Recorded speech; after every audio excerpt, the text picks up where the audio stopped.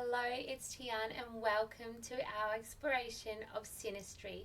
We are today exploring the positive key aspects of a romantic relationship in Synastry. Now, what is Synastry? Synastry is the essence of partner A's chart, their natal birth chart, and partner B's natal birth chart, and this overlay of these two individuals. This highlights their compatibility, it highlights their strengths and weaknesses. We get a very strong understanding of the two and how they interact with each other on a day-to-day level, and what elements create karmic resolve, karmic resolution, and it is something that can highlight through romantic relationships, mother and child or parent and child relationships, friendships, or basically any relationship that you do have in your life. But today we are exploring our romantic relationships, so we're going to explore sexual intimacy, emotional intelligence, and communication, because they are the foundations, as per my psychology assignment I did last year, of a positive romantic relationship. Now, with Synastry and this exploration, we are going to focus on the key aspects. Now, not everyone is going to have all of these aspects. There is going to be challenges in your relationship. There's going to be karmic undercurrents that are going to be embodied throughout your relationships as well. So please, if you do not have all of these, don't think that your relationship is doomed. It is just to highlight these compatibility and these positive connections to help you better understand how your relationship can grow and prosper, and being able to metamorphosize any negative undercurrents with the focus of these positive aspects. Now, when we're looking to Synastry, when I was a child, for example, and I was talking about astrology, all I knew was the sun sign. And I would look how, my boyfriend's sun sign being a Cancer, for example, with my Taurus sun sign, and the compatibility of these two individual sun signs. Now, yes, there is a strong facet of that in a relationship and a romantic relationship. However, this is more speaking towards friendships and career-driven relationships and the likes. With romantic relationships, we're talking more about our moon, because the moon is the embodiment of the emotions. It is the emotional undercurrents of our being, and is our subconscious mind being able to connect with someone. It is who we are when we're at home and no one else is around. So this is highlighting this emotional intelligence, nature, and the compatibility towards two individuals being able to foster that and allow it to grow. Then we also have Venus. Venus is our love language. It's how we give and receive love, and it is what we explore in the male's chart of what we are attracted to in a female's chart. So it's being able to explore these undercurrents of love and love language, and the compatibility between that and another person's availability to love us for who we are as well. Then we have Mars. Mars is all about our drive and our desire and our sexual intimacy. So this is, of course, highlighting this sexual compatibility, which is a strong facet of a romantic relationship. So Mars is the key undercurrent and a key player in a romantic Synastry placement. And then, of course, we have Mercury. Now, Mercury is the embodiment of our communication style. It is how we communicate that helps us foster growth throughout our relationship, overcome disagreements, and being able to strive forward amidst issues of miscommunication and the likes. So Mercury is a very key player when it does come to a Synastry overlay. Now let's explore these key inner planets and how they are to relate with one another. But first, I would also like to share with you Saturn. Saturn is considered a malefic planet, especially in Vedic astrology. However, it is the time. Kronos, and Saturn is the embodiment of time and karma and responsibility. And with relationships, it involves heavily those aspects of time, karma, and responsibility. So it brings about these challenges and allows the compatibility and the flow to work. So if you have a positive aspect between your inner planets and Saturn, this is a really strong symbolic understanding of a futuristic romantic relationship. Also, I know that we're not speaking about this now, but the Synastry overlays of the houses. So if you have Synastry overlays in the fifth house, which is highlighting that sexual creativity house of romantic expression, then this is a positive overlay for a romantic relationship.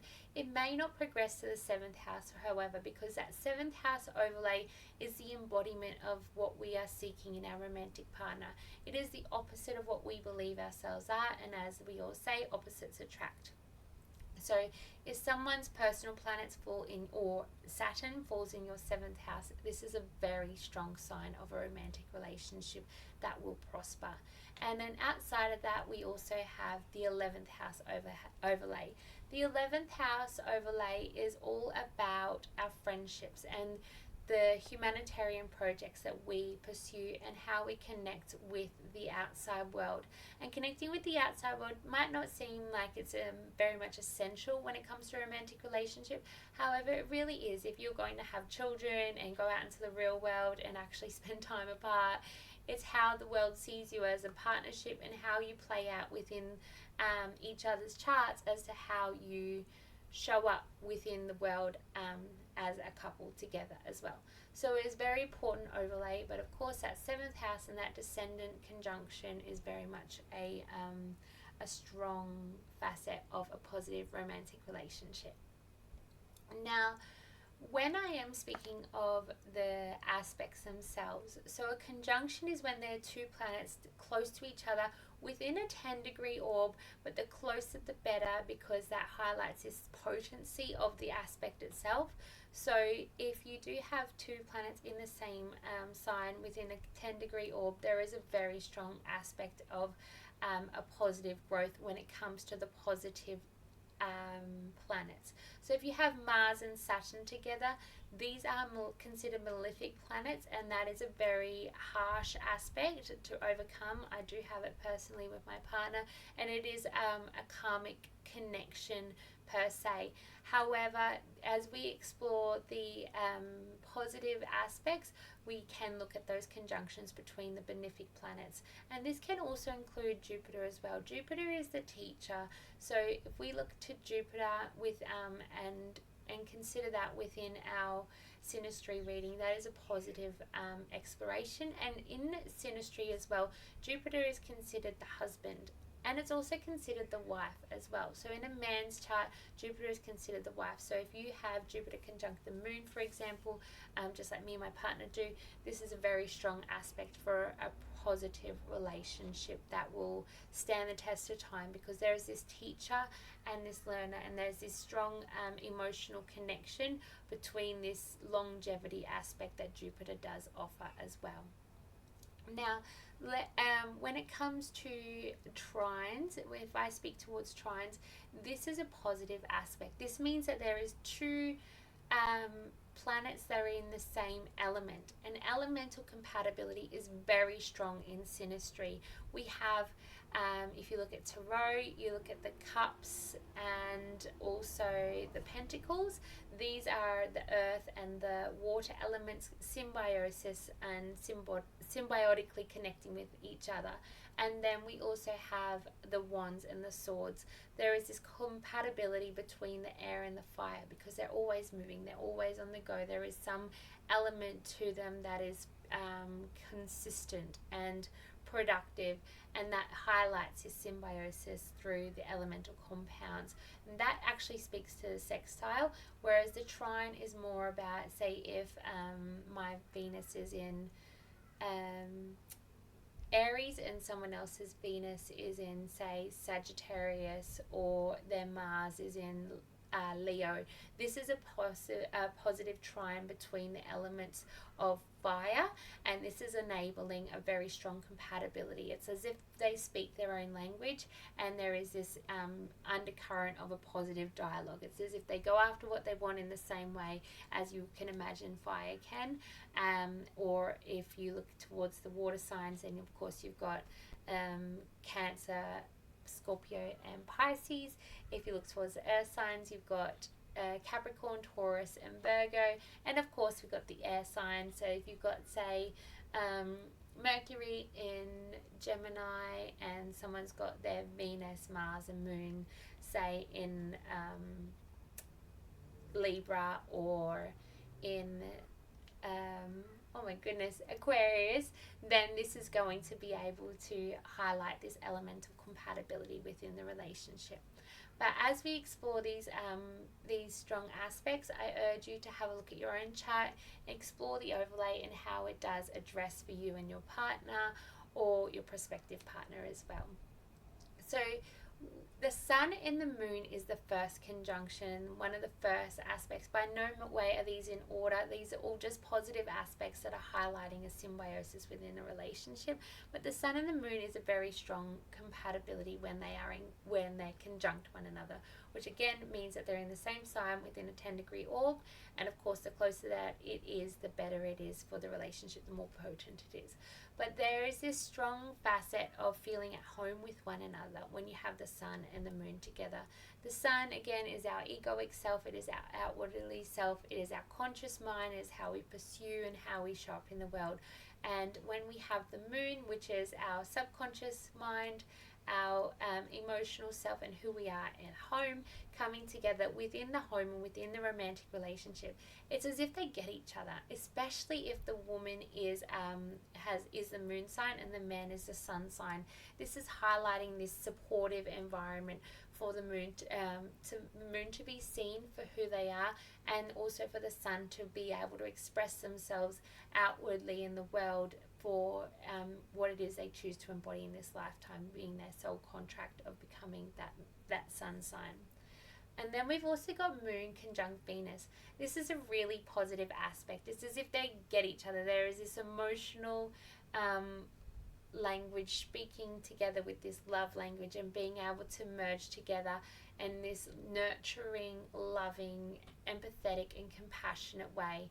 It is about love and beauty and attraction and emotions, and it's as if they just really strongly connect with one another. Another strong aspect as well is, this has just come off the top of my mind, but is Ceres and Venus. Ceres is in fact an asteroid, and it is a very strong asteroid when it speaks to our nurturing self. So if we have Ceres with someone's Venus, this is a very strong expression of love and understanding and nurturing and empathy in a romantic relationship. And then we look towards Mars and Venus. Of course, Mars and Venus in the elemental connection with a trine is a very positive connection, because the Mars person pursues what they want the same way that the Venus person receives the love. So Mars goes after the Venus person in a loving way, and the Venus person feels loved and respected and responded to and seen in the way that they are embodying their love language per se, in the way that they embody their beauty, just as much as a Mars person loves and respects and appreciates the Venus person for their beauty and their embodiment of who they are and how they shine through. And then we've also got the vertex. Now, vertex is a fated point in a synastry aspect, and it's marked on your natal chart as VX, and you can only get the vertex if it's based on, if you know the time, date and place of your birth.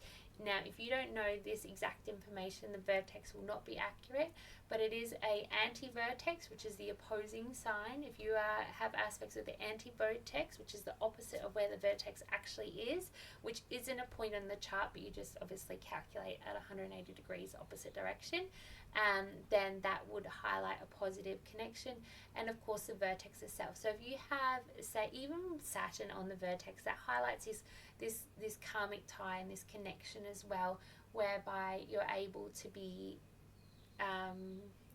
there's like this past life coming into this current life, and this twin flame or soulmate. Just as much as I cringe when I hear those words and say those words, but for those of you that use those words, that is very much the embodiment of the vertex and anti-vertex, especially with those conjunctions of Saturn and the personal planets as well.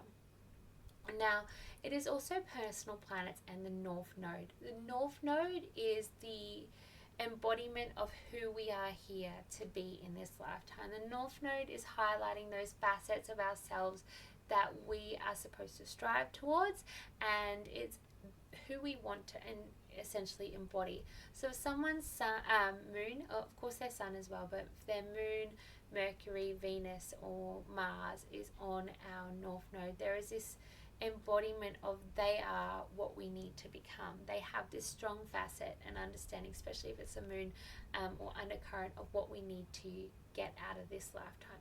So there's this strong interplay with this that creates a concurrent relationship that is embodying these themes of what we are here to do and progress towards. So that highlights a strong romantic relationship that will sustain longevity.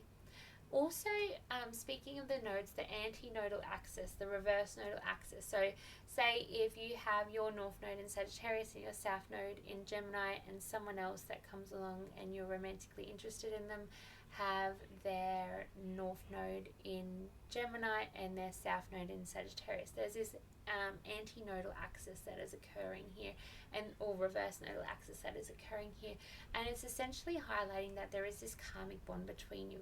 And in a romantic level, it might not be sustainable if there is no other aspects, but if they are existing in a romantic relationship and there's all those other, or some of those other positive other aspects that I spoke towards, then this will highlight this positive interplay between the two individuals, whereby one person embodies the energy that the other person needs to aspire to being, and vice versa. So the partner A has the energy that partner B needs to embody. So it's just highlighting this beautiful symbiosis between two individuals and how they connect to each other throughout their romantic relationship. Mercury and Mercury also is a very positive connection. It is like they speak the same language. So if you have Mercury in a really harsh sign, like my daughter does in Pisces, and someone else's Mercury comes in to her Pisces, for example, it's like they get each other. They don't even have to talk. You can sit there and they would just pick up on each other's body language, each other's somatic senses, and there is this unspoken level of communication that occurs when Mercury and Mercury come together. Mercury and Sun is a positive aspect, but that is more towards a friendship, unless you have those other positive aspects playing out in the relationship. But Mercury and Moon is definitely a very strong key aspect when it comes to a romantic relationship, because what's occurring here is that we're communicating with our emotional intimacy. So there's this level of emotional intelligence rather and communication that is coming together. And as I said, these are the two strong facets, just as much as sexual intimacy in a romantic relationship. Now, I do hope this helps you foster a positive relationship with your partner, your lover, who you've chose to be your Valentine this year. I hope this helps you understand the undercurrents and the idiosyncrasies and complexities of two individuals coming together, and how it does pertain to being able to create a positive, long-standing romantic relationship, and why some relationships do not always maintain their trajectory, and how those interplays do occur. So again, these are the positive aspects of their romantic relationship, and how you can sustain a very fulfilling, communicative, emotionally intelligent, and sexually intimate relationship through Synastry. Thank you and bless you. And of course, if you'd like any more of these Synastry aspects or any particular ones, leave them in the comment box below. I do wish to explore Synastry a lot further. I am a Synastry astrologer. I love Synastry. I love love. I'm studying to be a psychologist, and I definitely want to work in relationships when it comes to Tantra and psychology and Synastry and astrology all together. So please do feel free to reach out to me if you would like a Synastry reading. Again, it is very complex. There is a strong interplay that occurs, and it's all about how you connect each other and how to help foster that growth within your relationship as well. So bless you and thank you, and happy Valentine's Day.